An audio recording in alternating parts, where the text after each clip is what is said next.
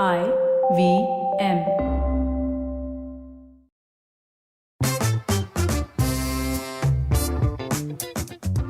Welcome to Think Fast, where we're doing a Monday morning recording here. So if you're watching this on video, the reason I look like I have just done pocha is that I have literally cleaned doggy susu before doing this episode. Suchita looks fresh and ready to go conquer the world. So, yes. What is going on? What is going on? How was your weekend? How was your week? Why do you always start every episode with some really dukh bhari kahani about either that or like some really like crass anecdote? Like you've literally gone from, what is it? Tsunami, susu, something. And now but there I is do like... clean susu every morning. I have 2 dogs. I clean their pee. That's great. I call it my morning grounding activity. What does that do for your like character? It brings me down to earth every morning when I wake up and I start my day by cleaning dog pee. You should do that at least thrice a day, Varun. I do that many times a day. You're needed to be brought down to earth. I'm just kidding. But my weekend was good. Delhi is like full culture-arty season right now. There was India Art Fair that happened, which was lovely. And a couple of really cool exhibitions, all in the world of textile. I think they'll all wrap up by the time this episode goes out. So I will not recommend any of these things. But this time of the year, Delhi is just something else, man. The skies are blue. People are interesting. You know, everyone's like tolerating each other because we're not melting away. How was your weekend? When I saw this thing called Pathaan the Start. again. No, when it's a Start, the art project in Sassoon Docks, when I saw that, it was awesome. And full props to them for one simple thing. We took the baby along and went, and they were very like, you know, it's not like you said, this is the only way. And they were accommodating for the fact that, okay, the people with babies, go ahead, it's fine, and stuff like that. So props to them for having that going. But it's so lovely. It was nice to kind of make that trip and do there. Although Kalakoda Festival, we didn't last too long because it was way too crowded. And I had to literally stop people from elbowing 6-month-old in the face. Oh God, sounds delightful. Yes. Sounds delightful. But what's happened in the world of business while we have been exploring all things arty-farty? Cow Hug Day has been revoked. The Animal Husbandry Department issued an interesting notice asking for Cow Hug Day to happen on the 14th of February. Very, very interesting choice of date. Supposedly, they've been asked to withdraw that proposal and we no longer have Cow Hug Day. Also, like, by naming it Cow Hug Day, the number of jokes that are going on in my mind, just the language shift of hug. I will not go further with this point. Oh, but Varun, what is this animal husbandry that you're into? Jesus. Yes. But also, I don't know if you caught Coke Studio Tamil, Coke Studio Bharat has launched. I don't know if you caught the first single. It's super interesting how Coke Studio is back and about. This. It's nice that Coke Studio is coming back because also it's been a revival of sorts because of Coke Studio Pakistan, just like the new avatar of things. So they're doing Coke Studio Bharat, and the first Coke Studio Tamil song came out and I really liked it. Has Coke in India, I mean, a tangential question, generally been pretty quiet? You know what I mean? There was a point in time where Coke, Pepsi were kind of like the cheerleaders of all things brand marketing and advertising, right? Both of them seem to have sort of simmered somewhere. You know what I mean? Like I haven't seen like a big breakthrough campaign from either of these two generally stalwarty FMCG brands. So Coke is still kind of... So Pepsi's genuinely reduced their marketing budgets over time. They've really kind of compressed that whole thing down. I think Pepsi in general hasn't really grown as much. But I feel that Coke's kind of been generally silent for a long period of time. They've been doing things on and off, etc. Although guess who's in the Thumbs Up, new Thumbs Up ad and looking awesome as ever? Akshay Kumar. Shah Rukh Khan. You know, Shah Rukh Khan's a Thumbs Up brand ambassador. No way. Yeah. So go SRK. Yeah, there was an ad that came out a few months ago. It's a new one that just came out. Again, really fun Shah Rukh Khan-esque ad. I think it's interesting to see him move from Pepsi at one point in time to now doing Thumbs Up. So yes, that was fun to watch. Speaking of Shah Rukh Khan, did you catch the Deepika Padukone Shah Rukh Khan skincare video? Of course I did. It was lovely. So cute. Yes. Very nice to see them. And you kind of forget, I genuinely forgot that her first Bollywood movie was with the legend himself. Yeah. But it was good to see them. By the way, I have been trying out Deepika Padukone's products. They're quite good. I know they've been, I don't know what it is. I don't know why Deepika Padukone always faces the wrath of the internet. Like I remember when she launched her brand, all these beauty bloggers were just like, oh, sick, another celebrity, makeup brand. And oh my God, so overpriced and this, that and the other. But she really seems to have, caught a break with 82 East. And the products are actually, in my opinion, fairly good. So Jalasmi tells us some random Twitter influencer would disagree. There's a bunch of Instagram influencers who disagreed. Have you tried 82 East? No, I have not. I need to try. I haven't updated my skincare routine yet. It is awaiting a revival. Yes. Also, I don't know if you saw this other thing where this is an entire battle on Twitter about people from the north saying that how can you say tu instead of saying aap? Do people in Delhi call each other aap only? Oh, God. Don't you say tu as well? Dude, I ignored this whole, some things on the internet, I'm just like, it's not even worth getting into, not even worth talking about. But in Delhi, I don't know, it depends on the weather. When the weather is as glorious as it is this morning, we say up. Otherwise, it's, whatever catches our fancy. Yeah, but I don't get this. I'm South Indian, so for me, it's simpler. So we say things differently in every single state down south. So I don't get this two up business because over there, it just depends on if you know someone casually, you can say the equivalent of two. Acha, why are we wasting oxygen on this? I don't know why we are. I'm just going down this long slope. This is what happens to me in the morning. In the morning, I'm in this nice, easy, pacey zone on Monday mornings. But I am the other way around. I am just like, come on, guys, you can do it. Speaking of business which, news, let's kick off. Business news. Go for it. Aap batao, sabse pehle. Adidas shares tank after company issues warning over unsold Yeezy stock. So basically they're saying that if they don't end up selling the unsold stock they have, they'll end up losing $1.2 billion. Hence stock has fallen. But also shows that, while we talk about celebrities working with brands kind of build really massive, brands in that sense, you also see the fallout if something happens with an individual. So I think this is like a clear case study in the pitfalls of that. Unlike the Michael Jordan story where it just kind of became what it did, and great trailer. If you haven't seen the trailer for Air, please watch it. I can't wait for that movie. Jason Bateman, can't wait. Love of my life. No, but I think this was bound to happen because of, not just the rubbish that Kanye sort of pulled off, but I think in general, the problem with a lot of these trends and hyped up people, to your point of if the person sort of goes through a low cycle, which Kanye is understandably going through right now. I think the other thing also is, I don't know about you, but the Yeezy formula was getting a little old. It's a little bit off the same. I feel like we didn't really get into those, and maybe I'm not a sneakerhead, so you can jump in over here, but how Air Jordans are like a classic, right? Do you think Yeezy got into that territory of they were getting there, they were largely there. Although, just like side note, people who wear Yeezys or Jordans to the gym don't. That is not something you wear to the gym, but side note. +1. But yeah, it was getting there because it was one of those, visual styles that kind of stick out and it is a classic. Although I was never a big fan of the general design, but it was getting there. But I feel the association with Kanye was so strong versus I think sometimes even forget that the Air Jordans are about Jordan, right? They almost become a classic to themselves. I feel that's the difference here is that while you still remember it was around Michael Jordan, it's still synonymous by itself. I feel the Yeezy still had a major Kanye hangover there. Gotcha. And that's also self-designed. I mean, Kanye seems like the kind of person who would make his products revolve around him. But enough on Kanye. Other news. Chinese multinational Alibaba has sold its entire stake of 3.4% equity in Paytm. This was bound to happen, no? Yeah, I mean, China's been exiting India slowly and steadily. Two things, right? One is obviously Alibaba's going through its own shift with what's happened with Jack Ma, etc. And I feel on the other end, like you said, Chinese companies are... It's not just India. I feel across the board, anything from a China standpoint has kind of not functioned well in the recent past. And I think it'll continue to be that way for a while to come. Yeah. And I think, honestly, it's also good news for Paytm because a lot of these larger, sort of companies that are now answerable to public markets, this, that, and the other, you kind of want to make sure your cap table is as problem-free as is possible. Do you know what I mean? You never know who picks up one line item from your cap table and makes a hoo-ha out of it. So this is good news for Paytm as well. Moving on, Hermes wins Meta Birkin NFTs trial. Do you want to tell our listeners?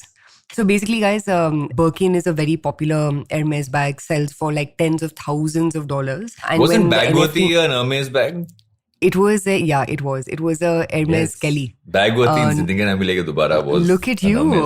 Man has his eyes out for bags. Love it. But in any case, so basically there's a gentleman called Mason Rothschild who made essentially like digital renditions of Birkin bags, and those were sold as NFTs. And obviously Hermes, which technically is in the business of collectibles, like their whole business hinges on Hermes continuing to be a collectible, and a lot of that false scarcity is sort of created by the brand. They obviously took this guy to court, and understandably so also won the trial. But I think the larger sort of question over here is this whole universe of renditions. You know what I mean? It's such a grey line. It's almost as if like, what if you drew a drawing of a Birkin bag and sold it to someone for 10 rupees? Can Hermes come after you? What's your take on this, digital ownership plus? I guess it kind of comes down to the scale. If it's at a smaller scale, I don't think any of the brands really care. But if you're kind of building it up to a certain scale, then they will come after it. And I kind of see why as well, because digital products are pretty much going to be a thing for the future. NFTs, while right now the NFT market isn't the greatest, it is not like it's going to go away. So it might be a good thing. You'll eventually come down to a licensing piece. I feel it's like using a music track in a YouTube video, right? You get a notification saying that that there's a copyright infringement. So I feel eventually it will become something like that. You'll have an automatic tracking of sorts if it's a similar piece there. And I think that's the simplest way to do it. You don't have to go look for it and file cases. Just get a notification and that you're infringing. Yeah. In Rothschild, though, previously told Business of Fashion, this is my artistic take on an icon, my remix, which again is, and his jurors use this whole sort of, narrative of freedom of speech and this, that, and the other. That became his side of the argument. So all these things actually only happen in the US. You know what I mean? Get permission before you do it. Yeah. Twitter Blue launches in India. Have you seen the list of features you get for 900 rupees a month? I have seen the list of jokes on the internet and they are vast. And the fact that you can get for 650 rupees on their website. So here's my thing. You can't say you will see less ads.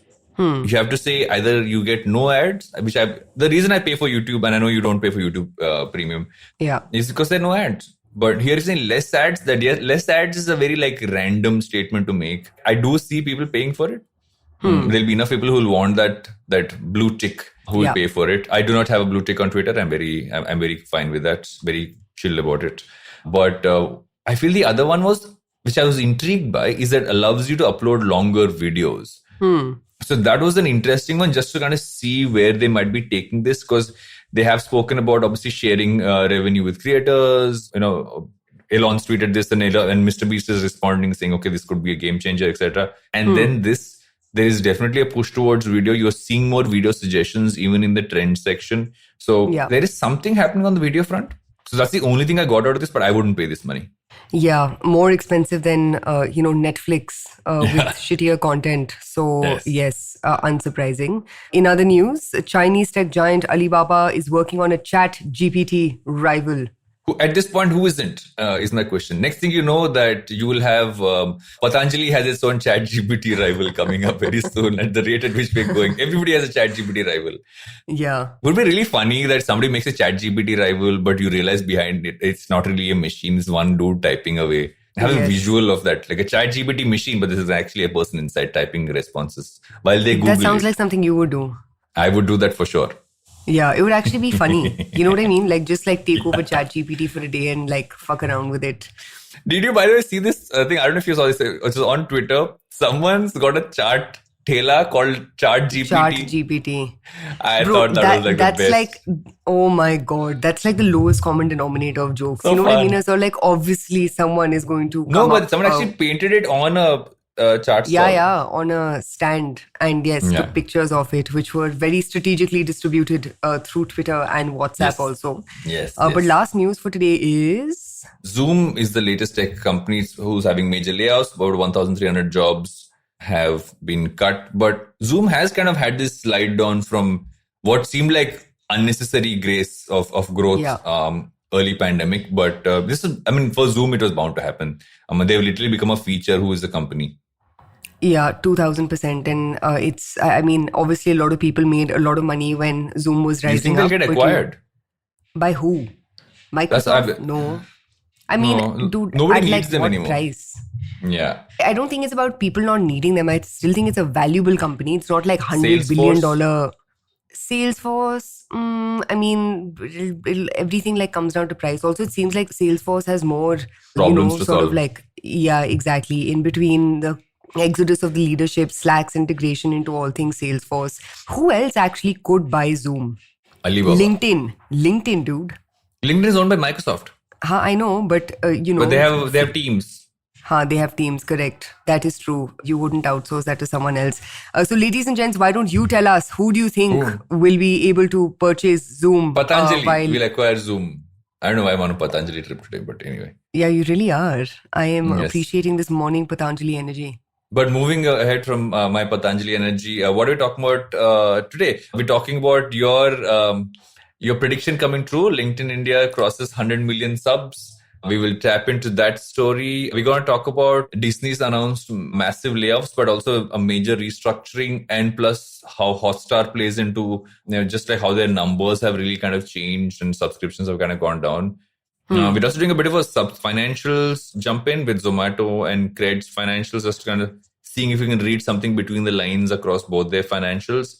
And the last story, Google's amazing launch for their ChatGPT rival. It's a weird name. Bard just sounds like you got barred from being ChatGPT. But anyway, we will dig into that as well, and the recommendations and this my calm Monday energy and Suchita's I'm going to like blow this shit up Monday energy.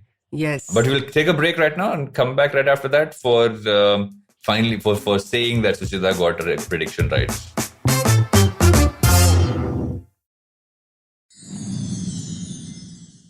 Welcome back to Think Fast. But okay, fine. You can gloat. Start. What did you predict? What came right? Dude, okay, first off, literally everything I said was like check, ka-ching, ka-ching, ka-ching. I wish I could get paid for my predictions. No, but this one I'm especially proud of because, not only did I get it right, this company has actually delivered on the numbers that were needed for me to reiterate how right I got this prediction. So, ladies and gents, LinkedIn India has crossed 100 million members with a 56% growth in its member base over the last 3 years. The country solidified its position as the second largest market for LinkedIn globally, LinkedIn said in a statement. So, before I sort of run multiple laps around this particular piece of news. This show is hosted by Nostradamus and Nostradamus, but okay, go on.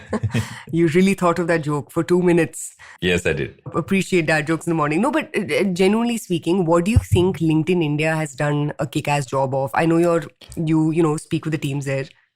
So a few things, right? One is I feel they have a very strong and very sorted creator team. They've really worked with people to onboard them, almost like, and do the simple things, right? They send across like an emailer on, I think, a couple of times a week, telling you new features and what you can kind of use, even like trending topics, etc., that you can write content on. So they engage with the community a lot more. And I feel the products and features they've launched have been done in a smart way. Now, they haven't tried to seem like a Me Too for anything else, right? So even when they had their live audio product, they called it live audio events. I think this is just for like an announcement piece. This is not trying to become, what was that platform again, which died? Clubhouse. Correct. It's still alive, though. I think it's still alive, but it's almost, I would consider it dead. And just like pieces like that, I think they've done it really well. They've rolled it out well. I think in India specifically, because we're at a certain stage in just the growth of the more professional workforce, it's a great time for a platform like this because people over there are really kind of wanting to showcase themselves as professionals a lot more. And I also feel the chaos at Twitter has added to LinkedIn really becoming more solid as well. So the chaos on Instagram at one end and Twitter on the other end for different reasons has led people down to saying, okay, what are the stable platforms? There's YouTube and there is LinkedIn. And that's where they're kind of going.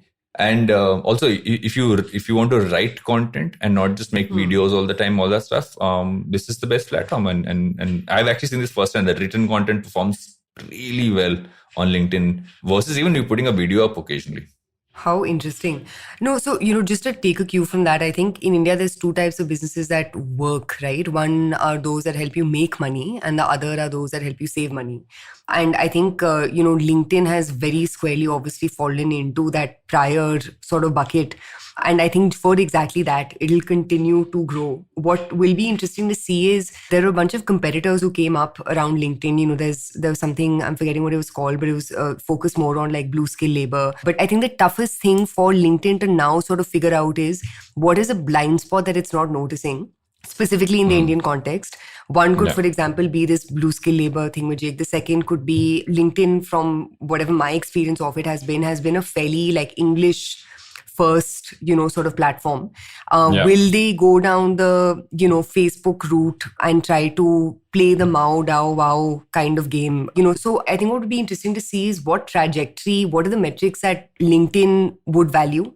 Would they value optimizing for overall number of members versus, for example, paying members or paying subscribers? As I know we guys are going to discuss in the next couple of stories, what we've squarely seen in India is a number of people who first and foremost are in these, more like white collar kind of jobs. The proportion of them is still squarely small. So, for example, the largest share of members in India on LinkedIn come from categories like software and IT, followed by manufacturing, corporate services, finance, education industries, so on and so forth. How large are each of these industries in silos, you know what I mean, from a labor skill perspective? Any thoughts on that? Any thoughts on, what direction will LinkedIn take? Will it become like a social media platform with advertising as a revenue model, or this like top of funnel? I feel that the recruiting part will always be one of their biggest. So the big difference there is this, right? Is that they make a ton of money off just paying subscribers for their entire, from the recruiting front. And for instance, I've had that for years. I don't have it anymore because I'm not recruiting at the scale at which I used to. But I always have that because it's always becomes a better way to kind of connect with people. I think the opportunity for them, which I know they're still pushing on that in India and globally as well, but it's learning, right? So they have LinkedIn Learning, which is a core focus. But I feel that if you're already in this space and skilling, it's a natural thing for you to take over that. It still doesn't feel seamless in my head. It shows up on feed, and I know it's a separate platform as well, but I know that's a core focus for them globally. So I think that will be interesting to tap into. I'm actually intrigued by this whole thing called the LinkedIn Podcast Network and what they're doing with that, where they've actually been almost like syndicating a bunch of shows by literally making LinkedIn sponsored. And across categories, they've literally been sponsoring podcasts. So like Colin and Samir, who do like a podcast on the creator space, is a LinkedIn sponsored podcast. So they're picking like each category and sponsoring those instead of making their own shows. And I feel they're going deeper into learning for sure. But the only thing is, how do you seamlessly make it a part of social plus learning plus also recruiting? They'll have to continue to balance it. They've balanced it so far by really growing. Let's be honest, like even like 5 years ago, if you said LinkedIn was for social networking, you wouldn't even look at it that way. You thought it was a monster competitor. So that switch has been done really well. But I think learning is where their future is, more than trying to become like an advertising driven social network. Do you think all these businesses will always be a sum of parts? Do you know what I mean? Like it's almost like you need to have these bits and blobs and pieces, especially in categories which are not pure content consumption categories.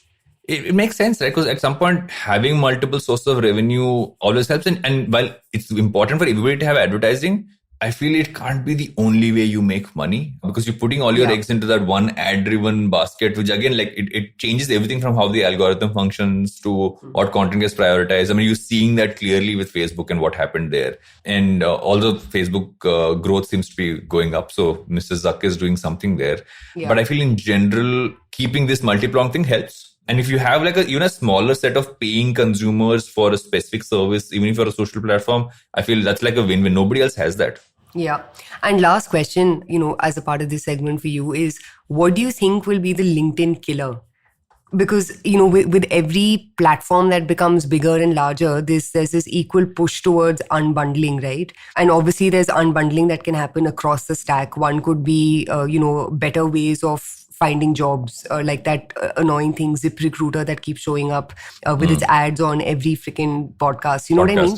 Yeah. So what do you think the unbundling for LinkedIn could look like? And if you were, building something in the jobs, sort of like the job tech space, let's loosely call it that, what are the interesting opportunities that come to mind for you?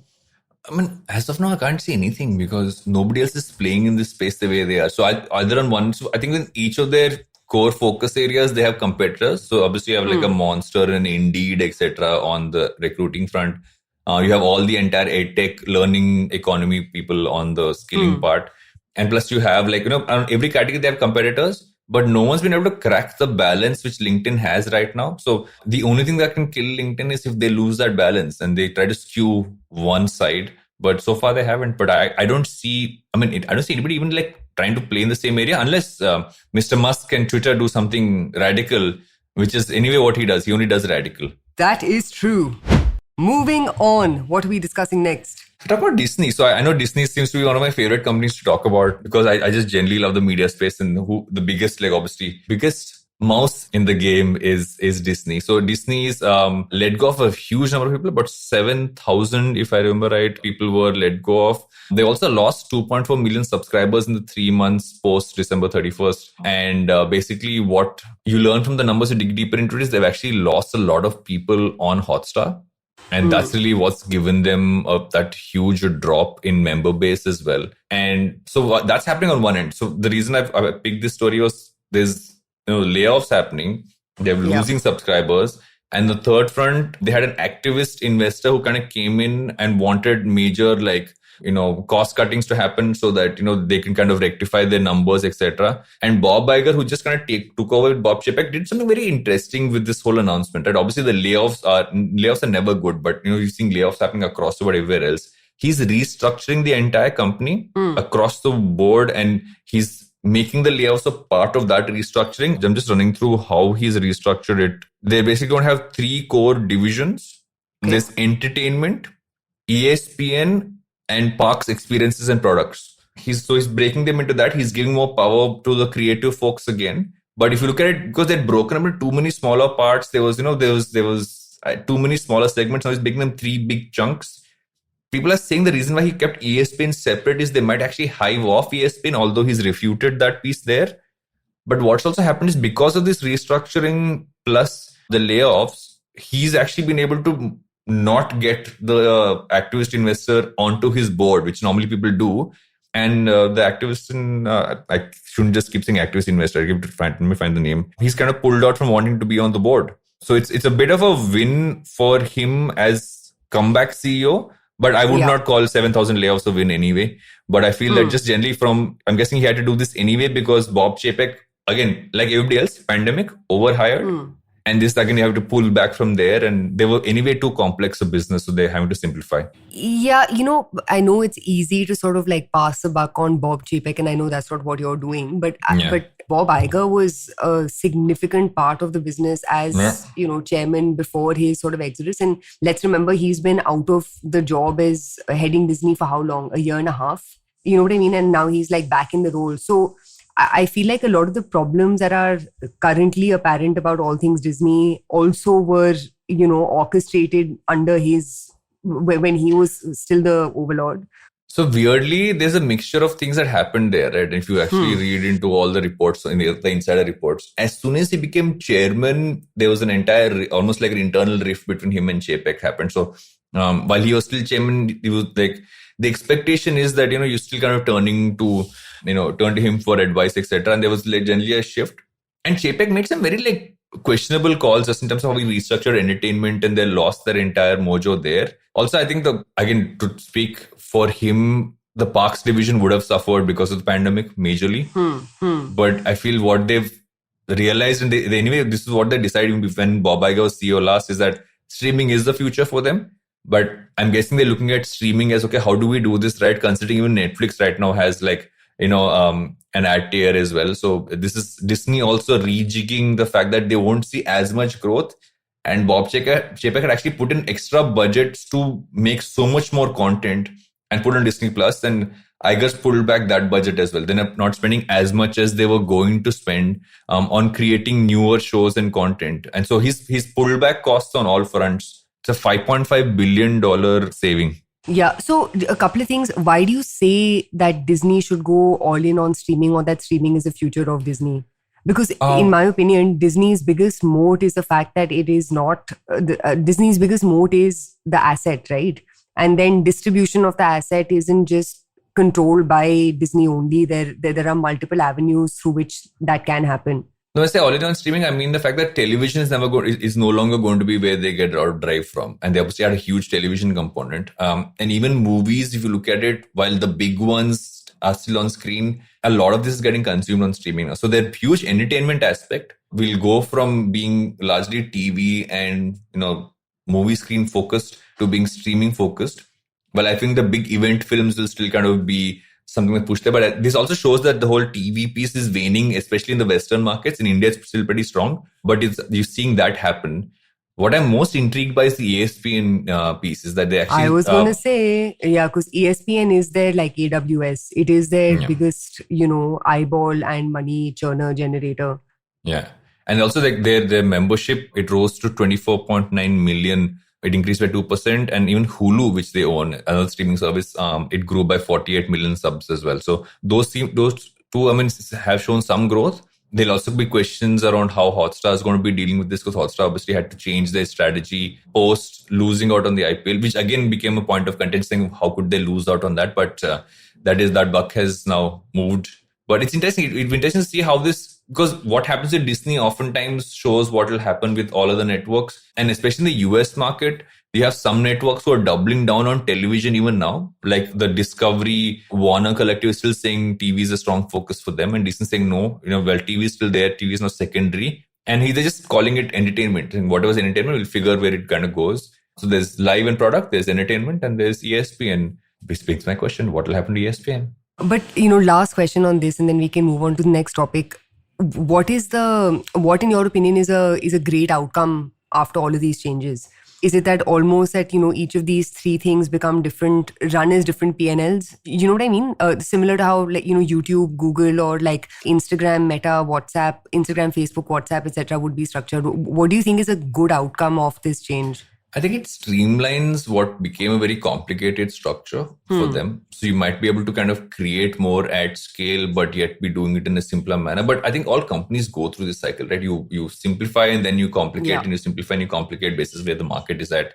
But I feel for Disney, it's almost like a show saying, when you kind of get back towards calling what each of these things are. This is entertainment and this is parks and services, etc. And really give it that level of focus and put the power in the right hands within those divisions. I feel that's what it's going to do, at least in the short term. But you never know in the long term what way this goes. You might again start breaking it up into multiple parts. What happens with gaming? What happens with, let's say, their entire metaverse play if they have one, and so on and so forth. So there's still all of that to happen. But I feel for right now, this seems to be the right move to make. Yes, Queen. And speaking of right moves, now we're getting into our financial segment where we will give our Sasti Tippani on all things Zomato and Cred and their financials. But before that, we have to take a break for our own financials, which we don't know what they are. But for that, we shall take a break and be right back with Think Fast.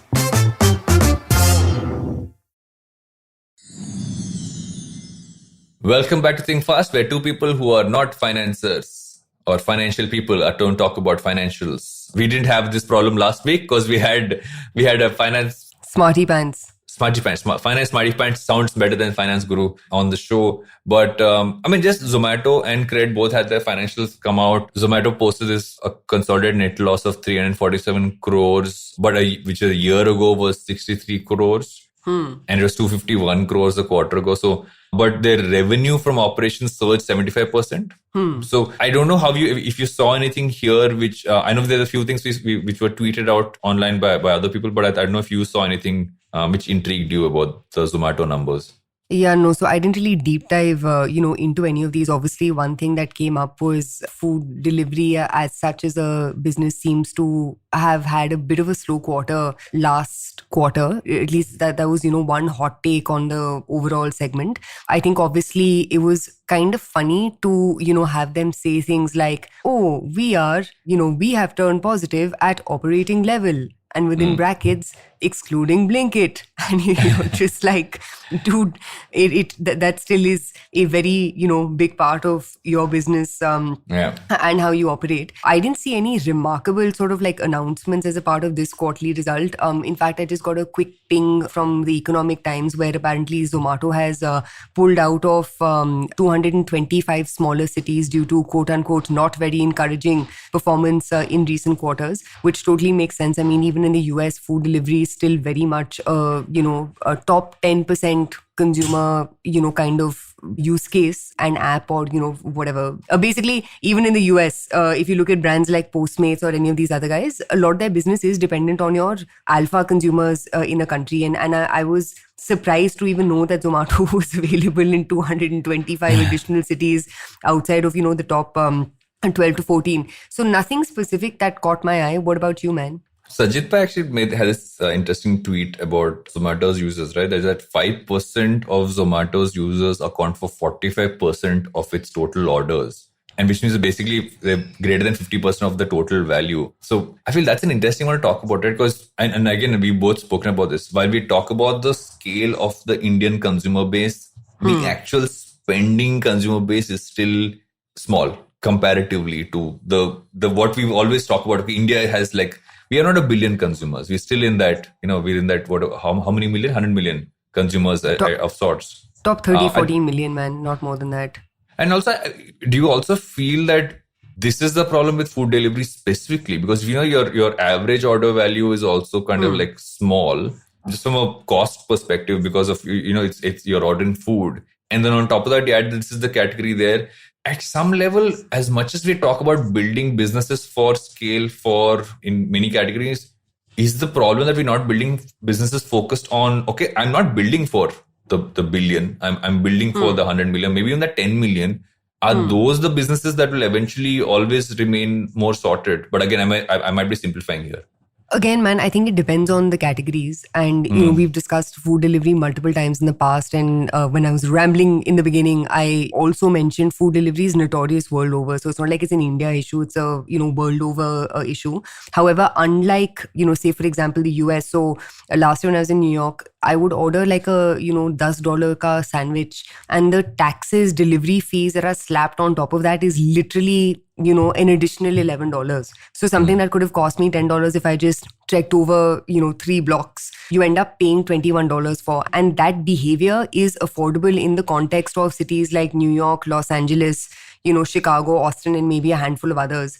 But even in the US, these type of delivery models don't scale beyond a point. Yeah. I think that's the challenge over here, where these businesses, whether it's Zomato, Swiggy, or they will perpetually always be a sum of parts. And those parts are evident, right? Those parts are some version of B2B supply, which Zomato has with Hyperpure or, whatever, its supply arm and engine. The second part of it is obviously, food delivery, where there's some amount of redemption at the end of the consumer and obviously commission from the restaurant / cafe / cloud kitchen partner. The third is this, Instamart / Blinkit, basically your grocery, FMCG products as your third segment. And the fourth is dining out, right? Which is your habit builder. Now, obviously the good news over here is whether food is a pull category. You will eat 3 times a day, if not more, just by virtue of being a human. So I think fortunately each of these businesses, whether it's Swiggy or Zomato, they lend themselves to high volume.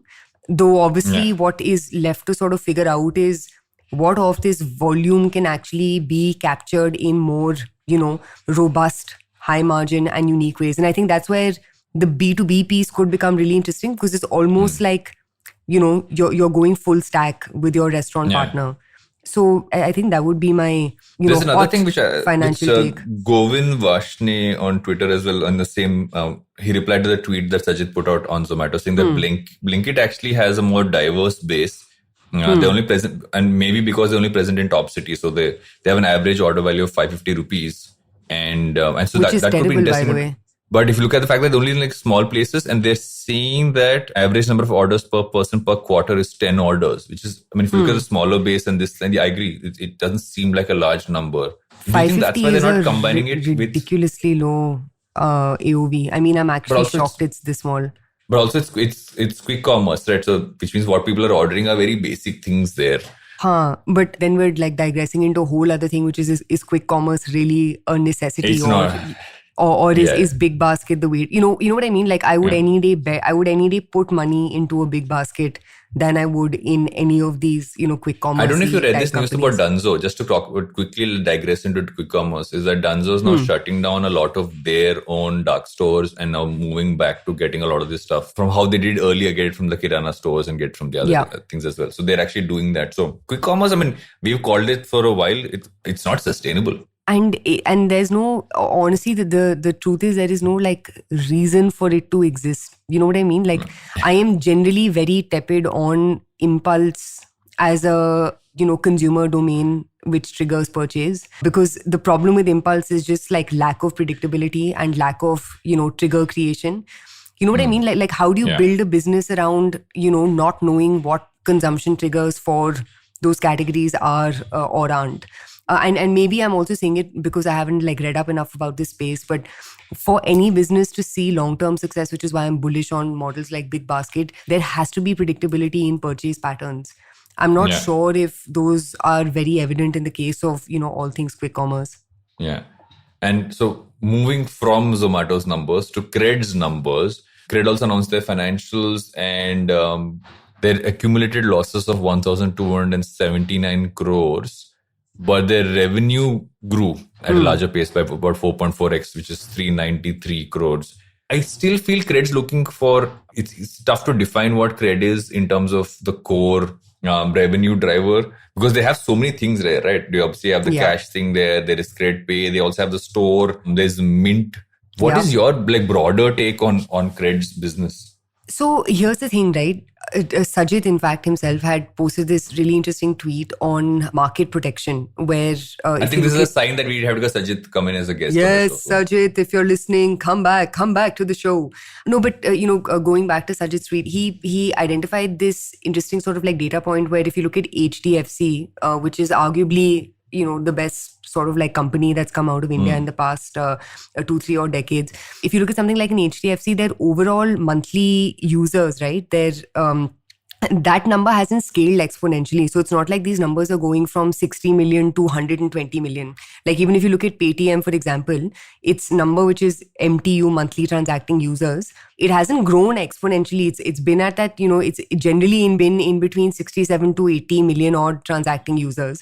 But what every business sort of comes back to is how much do you extract out of the same consumer, right? How do you make that one rupee circulate better, faster, and compound exponentially more?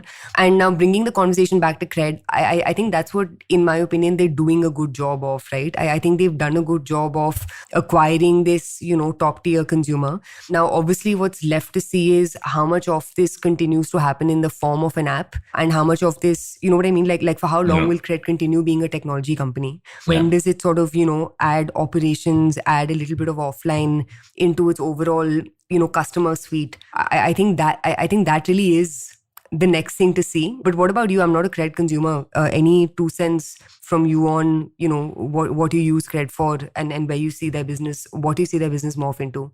As much as the super app piece is happening, I'm seeing a lot of people turn to Cred Pay because they're just getting so much value from just paying through the app. But I'm still yet to see someone say, okay, this is the reason why Cred is scaling up for me. The features all work, but at some point, how do you kind of minimize the losses and bring this to a certain level has been my question for the longest time. So I don't know what you see. I see them morphing into. They'll have to either go deep like financial and say, okay, we're going to have a credit card, which I assume they would have launched by now, but they didn't. Are they going to go because you also don't want to become a Paytm, right? We learn from the Paytm scenario where Paytm tried to become too many things and eventually had to simplify to becoming one core thing. And that's what brought them back to where they are now. The worry with Cred is that Cred is so widespread is that I still can't figure out what you'll eventually get from it. And it's a stack of many features. So I'm still like, I've always been, I really love the brand. It's one of the best like design products I have used, continue to use. But I often worry about, are these too many things in one product for a regular consumer to understand what it is for? And that has always been my question. Yeah. But, if you look at their cost structures, if you look at where their losses are coming from, it's essentially 2 line items. One is team cost and the second one is your marketing cost. Now, the good news is both of them are variable.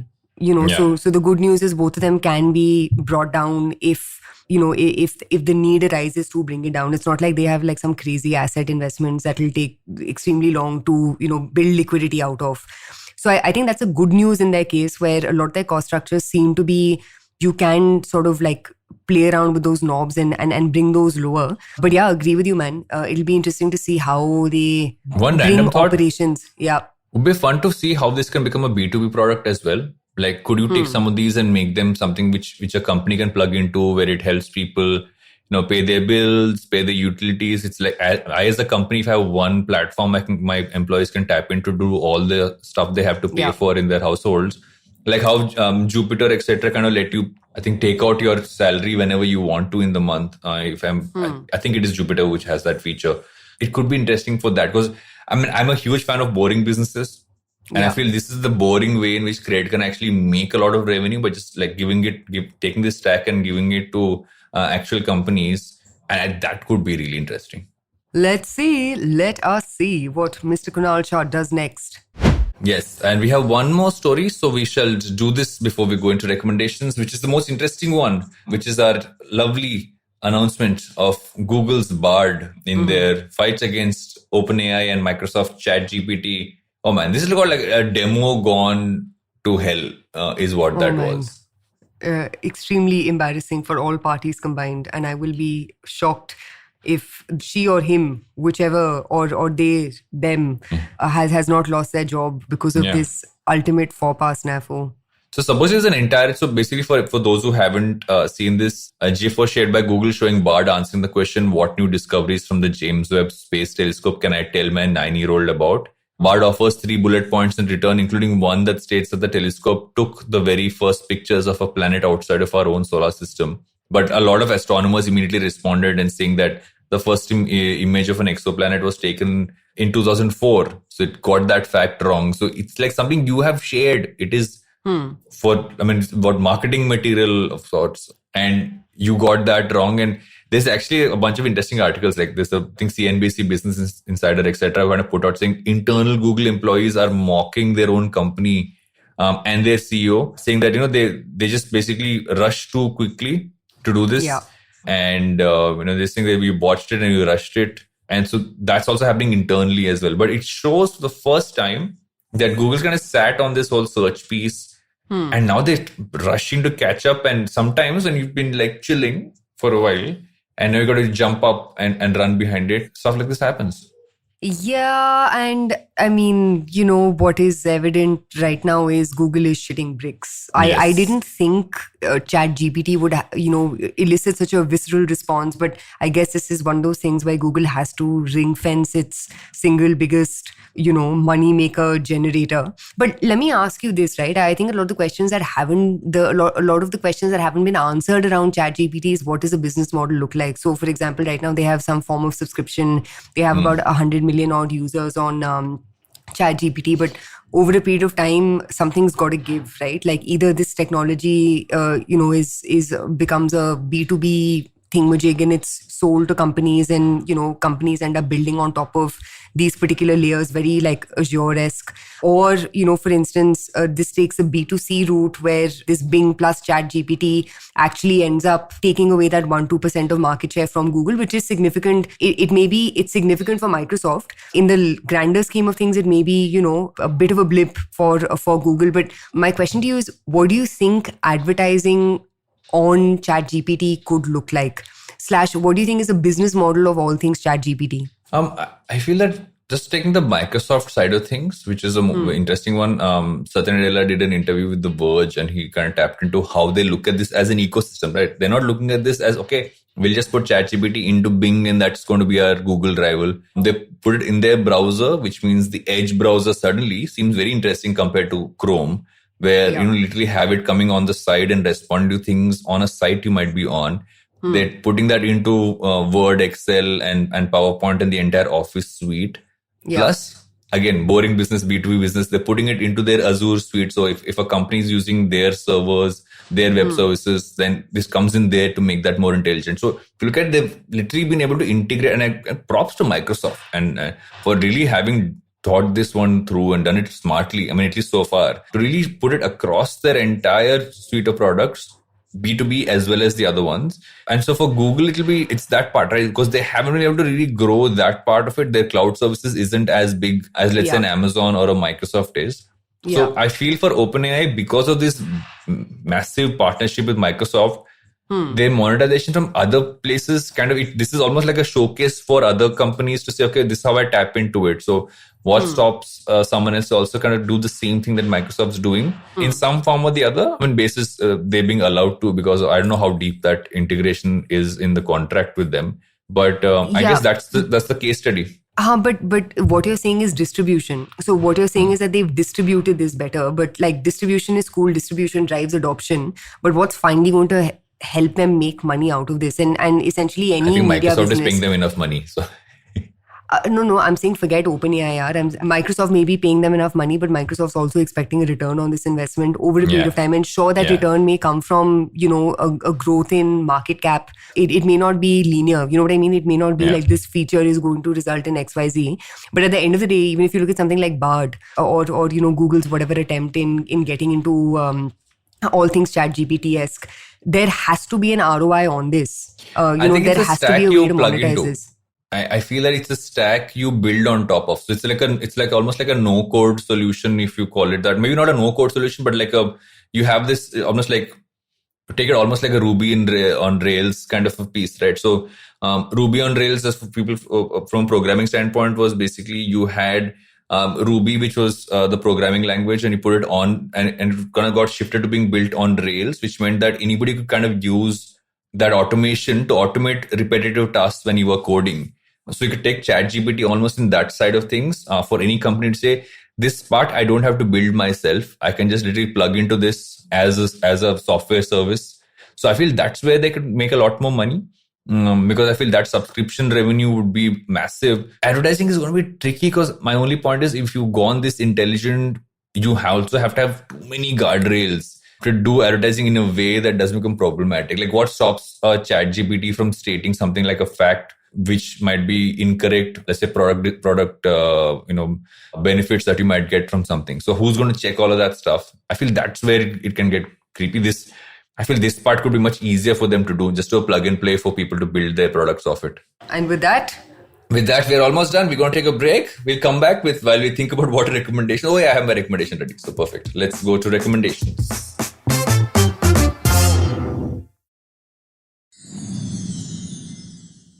Welcome back to Think Fast, where we're getting into recommendations. I will start with my recommendation while Suchita thinks of hers. I'm recommending this book called The Creative Act by Rick Rubin. Rick Rubin, arguably one of the greatest music producers of all time globally. This book is great because it's literally about... So he has this very almost like yogi aura to him. He's one of the most intriguing people to even visually look at. So The Creative Act, which is the book he just came up with, is really tapping into that aura to understand what being a creative person means. And there's so many other pieces. I'm just loving it. I'm quarter way through the book, but I can't put it down. What do you think really caused this newfound love towards all things Rick Rubin? Because he seems to have really sort of, broken into the zeitgeist. So Rick Rubin has always in a more mainstream way. Rick Rubin has always been a core this thing, and he also has a fabulous podcast. I think it's called Off the Record or something like some record. I forget, but I've subscribed. It's a Pushkin podcast. So he's always been around. I feel he's also gone on every single podcast lately because his book's coming out. So suddenly he's really popped into everybody's feeds in that sense. But he's just too cool. Yeah, he's just like his stories and just his general vibe, and that beard. That beard is a work of art. Yes, that beard has been places. But in any case, my recommendation, I found one, is Ben Evans is, arguably, for those of you who, thoroughly enjoy following Sajid Pai, the OG of all things, consumer presentations and just sort of making sense of analysis in new consumer trends, even new B2B trends for that matter, is this gentleman called Ben Evans, who, for those of who are in tech, he's like a demigod of sorts, in the sense, you look up to what he has to say. He has launched his annual presentation. So every year he produces a big presentation exploring macro and strategic trends in the tech industry. And this year his presentation is called The New Gatekeepers. I haven't gone through it yet because I think it was released about a day or two ago. But for those of you who like all things analysis and, sort of like looking into the future, go to ben-evans.com/presentations and check out his latest on The New Gatekeepers. And that's it for this episode. Woohoo! And you can go back. We shall see you guys some next week. Yes, luckily nobody has peed or pooped while we have done this episode. So I shall go. Have a good week, everyone, and we shall see you all. Although I'm on holiday, but I shall be back for the next recording for next Monday. I'm running off to a beach for a few days this week. Of course you are. Yes, I will see you all once I come back with the tan. Oh my God. Bye. Have a good week, guys. Bye. Bye.